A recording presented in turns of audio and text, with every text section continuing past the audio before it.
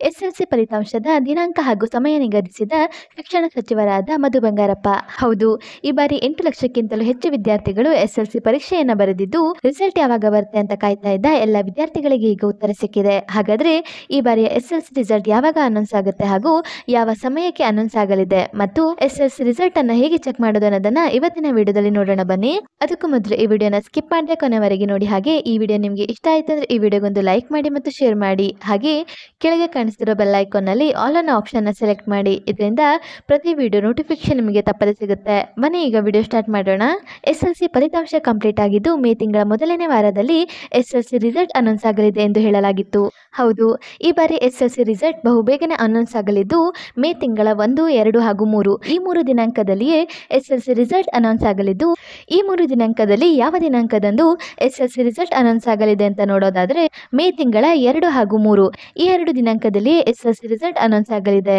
ಹಾಗೂ ಶಿಕ್ಷಣ ಸಚಿವರಾದ ಮಧು ಬಂಗಾರಪ್ಪ ಅವರು ಎಸ್ಎಲ್ಸಿ ಫಲಿತಾಂಶವನ್ನ ಘೋಷಿಸಿದ ನಂತರ ಅಂದರೆ 1 ಗಂಟೆಯ ಬಳಿಕ ಎಸ್ಎಲ್ಸಿ ರಿಸಲ್ಟ್ ಶಿಕ್ಷಣ ಇಲಾಖೆಯ ಅಧಿಕೃತ ವೆಬ್ಸೈಟ್ ನಲ್ಲಿ ಬಿಡುಗಡೆ ಆಗಲಿದೆ. ಹಾಗಾದ್ರೆ ಎಸ್ಎಲ್ಸಿ ರಿಸಲ್ಟ್ ಅನ್ನ ಹೇಗೆ ಚೆಕ್ ಮಾಡೋದು ಅಂತ ನೋಡೋದಾದ್ರೆ ಕ್ರೋಮ್ ಬ್ರೌಸರ್ ಅಥವಾ ಗೂಗಲ್ ಅಲ್ಲಿ KARRESULTS.nic.in ಅಂತ ಟೈಪ್ ಮಾಡಿ ಸರ್ಚ್ ಮಾಡಿದ್ರೆ ಈ ತರ ಪೇಜ್ ಓಪನ್ ಆಗುತ್ತೆ. ಇಲ್ಲಿ ಈಗ PUC ರಿಸಲ್ಟ್ ಅದಷ್ಟೇ ಶೋ ಆಗ್ತಾ ಇದೆ. ಎಸ್ಎಲ್ಸಿ ರಿಸಲ್ಟ್ ಬಿಡುಗಡೆ ಆದ ನಂತರ ಇಲ್ಲಿ ಕೆಳಗಡೆ ಆ ಆಪ್ಷನ್ ತೋರಿಸುತ್ತೆ. ಅದ್ರ ಮೇಲೆ ಕ್ಲಿಕ್ ಮಾಡಿದ್ರೆ ನಿಮಗೆ ಈ ತರ ಪೇಜ್ ಓಪನ್ ಆಗುತ್ತೆ.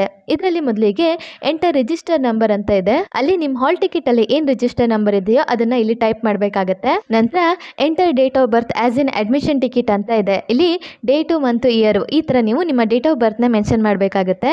ನಂತರ ಸಬ್ಮಿಟ್ ಅನ್ನೋ ಆಪ್ಷನ್ ಮೇಲೆ ಕ್ಲಿಕ್ ಮಾಡಿದ್ರೆ ನಿಮಗೆ ನಿಮ್ಮ ರಿಸಲ್ಟ್ ಶೋ ಆಗುತ್ತೆ. ಸೊ ಈ ತರ ನೀವು ನಿಮ್ಮ ರಿಸಲ್ಟ್ ಅನ್ನ ಚೆಕ್ ಮಾಡಬಹುದಾಗಿರುತ್ತೆ. ಹಾಗೆ ಈ ಬಾರಿಯ ಎಸ್ಎಲ್ಸಿ ಮೌಲ್ಯಮಾಪನ ಸ್ಟ್ರಿಕ್ಟ್ ಆಗಿ ನಡೆದಿರುವ ಚಾನ್ಸ್ ಇರುತ್ತೆ. ಹೌದು, ಈ ಬಾರಿ ಎಲ್ಲಾ ವಿದ್ಯಾರ್ಥಿಗಳನ್ನ ಪಾಸ್ ಮಾಡೋದು ಡೌಟ್, ಹಾಗಂತ ಟೆನ್ಷನ್ ಆಗೋ ಅವಶ್ಯಕತೆ ಇರಲ್ಲ. ಹಾಗೇನಾದ್ರೂ ನೀವು ಫೇಲ್ ಆದ್ರೂ ಸಹ ನಿಮಗೆ ಮತ್ತೆ 2 ಸಲ ಎಕ್ಸಾಮ್ ಬರೆಯೋ ಚಾನ್ಸ್ ಸಿಗುತ್ತೆ. ಅಥವಾ ನಿಮ್ಗೆ ಏನಾದ್ರೂ ನಿಮ್ಮ ಮಾರ್ಕ್ಸ್ ಕಡಿಮೆ ಅನಿಸ್ತು ಅಂದ್ರೆ ನೀವು ರಿವ್ಯಾಲ್ಯೂಯೇಷನ್ಸ್ಗೆ ಸಹ ಹಾಕ್ಬೋದಾಗಿರುತ್ತೆ. ಅಥವಾ ನೀವು ಮತ್ತೆ ಎಕ್ಸಾಮ್ ಬರೆದು ಸಹ ಪಾಸ್ ಮಾಡ್ಕೋಬಹುದಾಗಿರುತ್ತೆ. ಆದ್ರಿಂದ ಎಲ್ಲ ಎಸ್ಎಲ್ಸಿ ವಿದ್ಯಾರ್ಥಿಗಳಿಗೆ ನನ್ನ ಕಡೆಯಿಂದ ಆಲ್ ದಿ ಬೆಸ್ಟ್. ಹಾಗೆ ಈ ವಿಡಿಯೋ ನಿಮಗೆ ಇಷ್ಟ ಆಯ್ತು ಅಂದ್ರೆ ಈ ವಿಡಿಯೋಗೊಂದು ಲೈಕ್ ಮಾಡಿ ಮತ್ತು ಶೇರ್ ಮಾಡಿ. ಮತ್ತು ನೀವಿನ ನಮ್ಮ ಯೂಟ್ಯೂಬ್ ಚಾನಲ್ ಅನ್ನ ಇದುವರೆಗೂ ಸಬ್ಸ್ಕ್ರೈಬ್ ಮಾಡಿಲ್ಲ ಅಂದರೆ ಈಗಲೇ ಸಬ್ಸ್ಕ್ರೈಬ್ ಮಾಡಿ. ವಿಡಿಯೋ ನೋಡಿದ್ದಕ್ಕೆ ಧನ್ಯವಾದಗಳು.